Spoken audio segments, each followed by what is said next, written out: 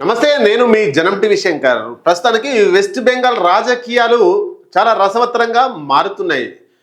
దీది దాదాపు పశ్చిమ బెంగాల్ రాష్ట్రాన్ని 3 దఫాలుగా పరిపాలించినటువంటి మమతా బెనర్జీ ఇప్పుడు పరిస్థితి ఏంటి? అక్కడ సిపిఎం పార్టీ ఆధ్వర్యంలో కమ్యూనిస్టులు దాదాపు 25 సంవత్సరాలుగా పరిపాలన చేసి ఇప్పటి కూడా ఆ పార్టీ చెక్కు చెదరకుండా ఉంది.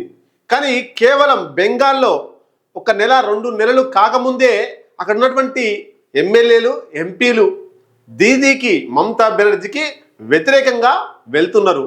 అంటే 5 సంవత్సరాలు ముగిసే నాటికి మమతా బెనర్జీ పెట్టినటువంటి పార్టీ పరిస్థితి ఏంటి వెస్ట్ బెంగాల్లో అనే విషయం మీద ఒకసారి మనం మాట్లాడుకునే ప్రయత్నం చేద్దాం. కాంగ్రెస్ పార్టీని వ్యతిరేకిస్తూ కాంగ్రెస్ పార్టీకి వ్యతిరేకంగా ఆమె 1994 సంవత్సరంలో కాంగ్రెస్ పార్టీ నుండి విడిపోయి తృణమూల్ కాంగ్రెస్ పేరిట ఆమె ఒక పార్టీ పెట్టే నాటికి అక్కడ సిపిఎం పరిపాలన కొనసాగుతుంది.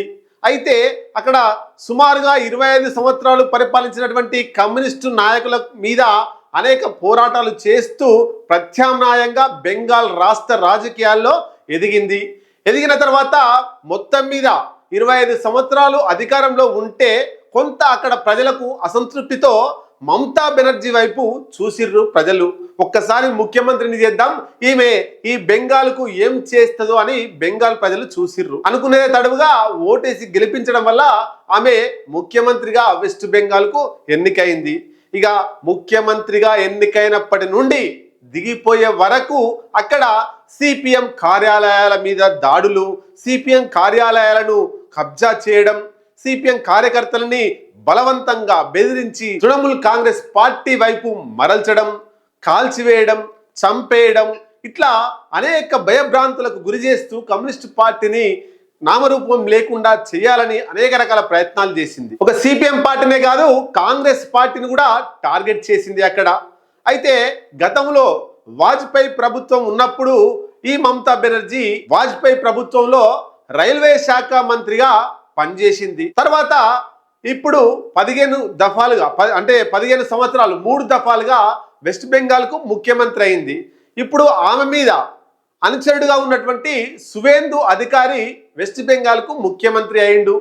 ఆమె పెంచి పోషించి రాజకీయంగా భిక్ష పెట్టినటువంటి వ్యక్తే ఈరోజు వెస్ట్ బెంగాల్కు ముఖ్యమంత్రి అయిండు. అంటే ఒక రకంగా చెప్పాలంటే వెస్ట్ బెంగాల్కు ముఖ్యమంత్రి సువేందు అధికారిని చేసింది బీజేపీ కాదు, మమతా బెనర్జీ అని మనం చెప్పుకోవచ్చు.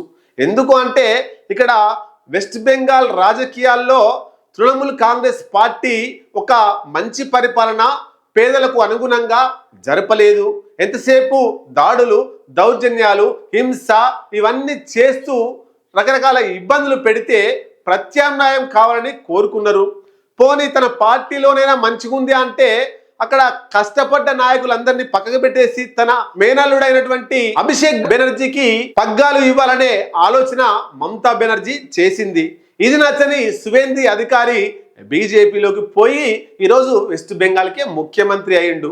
ఇప్పుడు ముఖ్యమంత్రి పీఠం చేజారిన తర్వాత మమతా బెనర్జీ రాజకీయాల్లో ఎన్ని రోజులు ఉంటుంది, ఆమె పెట్టిన పార్టీ ఎన్ని రోజులు ఉంటుంది అంటే నెలలోనే ఆమె పతనం స్టార్ట్ అయింది. అధికారం పోయినప్పుడు నుండి కేవలం 1-2 నెలల్లోనే ఆమె పతనం స్టార్ట్ అయిందని మనం చెప్పుకోవచ్చు. ఎందుకంటే 25 సంవత్సరాలు సిపిఎం పరిపాలన కొనసాగితే ఆ తర్వాత మమతా బెనర్జీ అధికారంలోకి వచ్చింది. మమతా బెనర్జీ అధికారంలోకి వచ్చిన తర్వాత 10 సంవత్సరాలు కూడా కమ్యూనిస్టులు కంచుకోటలు అట్లే ఉన్నాయి. సుమారుగా 20 జిల్లా ఆఫీసులను సిపిఎం పార్టీకి సంబంధించినటువంటి 20 జిల్లా ఆఫీసులను ఆమె ఆక్యుపై చేసుకున్నది. ఇట్లా అనేక ఇబ్బందులను గురి చేస్తూ ఉన్నప్పటికీ కూడా కమ్యూనిస్ట్ పార్టీ తట్టుకొని ఇప్పటికీ వెస్ట్ బెంగాల్లో నిలబడింది. ఒక్కరు కూడా చెక్కు చెదరకుండా మళ్ళీ సిపిఎంలో చేరికలు కొనసాగుతున్నాయి. కానీ తృణమూల్ కాంగ్రెస్ పార్టీ అధికారం పోగానే తెల్లారి నుండే అక్కడ ఈమెకు వ్యతిరేకంగా స్టార్ట్ అయినాయి. ఎమ్మెల్యేలు 58 మంది ఎమ్మెల్యేలు తిరుగుబావుట ఎగరవేసి బీజేపీకి సపోర్ట్ చేస్తున్నారు. అయితే వెస్ట్ బెంగాల్లో మొత్తం తృణమూల్ కాంగ్రెస్ సంబంధించి 28 మంది ఎంపీలు గెలిస్తే 20 మంది ఎంపీలు తృణమూల్ కాంగ్రెస్ అధినేత మమతా బెనర్జీకి వ్యతిరేకంగా ఇప్పుడు ఆ లోక్సభ పక్ష నేతను ఎన్నుకున్నారు. ఆమె ఆధ్వర్యంలో తన మేనల్లుడైనటువంటి అభిషేక్ బెనర్జీని తన మేనల్లుడిని లోక్సభ పక్ష నేతగా ఆమె నియమిస్తే ఆయనను కాదని ఈ అధికారం పోగానే 20 మంది ఒకదాటికి వచ్చి కొత్త లోక్సభ పక్ష నేతను ఎదుర్కొన్నారు. ఈ పరిణామాలన్నీ గమనిస్తే రాబోయే రోజులలో మమతా బెనర్జీ పార్టీ మళ్ళీ నామరూపం లేకుండా పోయే అవకాశాలు ఉన్నాయి. ఎందుకు? ఒకవైపు బీజేపీ ఫోకస్ చేస్తుంది తృణమూల్ కాంగ్రెస్ మీద, ఒకవైపు కాంగ్రెస్ ఫోకస్ చేస్తుంది తృణమూల్ కాంగ్రెస్ మీద, ఇంకొక వైపు కమ్యూనిస్ట్ పార్టీలు కూడా తృణమూల్ కాంగ్రెస్ అధినేత్రిని టార్గెట్ చేస్తున్నాయి. కాబట్టి అన్ని పార్టీల ఫోకస్ కేవలం మమతా బెనర్జీ పార్టీ మీదనే ఉంది. కాబట్టి రాబోయే రోజులలో అంటే ఒక పార్టీ నిలబడాలంటే నిజాయితీగా నిక్కచ్చిగా ప్రజల కోసం నిలబడాలి. బెదిరింపులకు అదిరింపులకు రకరకాల హింసలకు పోతే ఆ పార్టీ ఎప్పటికీ నిలబడదు. హిట్లర్ వాడే పోయినటువంటి పరిస్థితి మనం చూసినాం. మమతా బెనర్జీ ఆ రకంగా పోతే ఇప్పటికైనా స్టాండ్ అయి ఆ వెస్ట్ బెంగాల్ ప్రజల వాళ్ళ సమస్యల పట్ల ఇప్పటికైనా స్పందించి నీతిగా రాజకీయాలు చేస్తే మళ్ళీ ఆమె రాజకీయంగా ఎదిగే అవకాశం ఉంటుంది. లేదా ఇంతటితో తృణమూల్ కాంగ్రెస్ ప్రాంతీయ పార్టీ కాస్త కనుమరుగయ్యే అవకాశాలు వెస్ట్ బెంగాల్ చరిత్రలో కనిపిస్తున్నాయి. ఇట్లా మరి వెస్ట్ బెంగాల్ 15 ఏళ్లుగా ముఖ్యమంత్రిగా ఏలినటువంటి మమతా బెనర్జీ ఈరోజు రాజకీయాలలో ఇబ్బంది పడుతున్నటువంటి పరిస్థితి. చూద్దాం రాబోయే కాలంలో వెస్ట్ బెంగాల్లో ఏం జరగనుందో.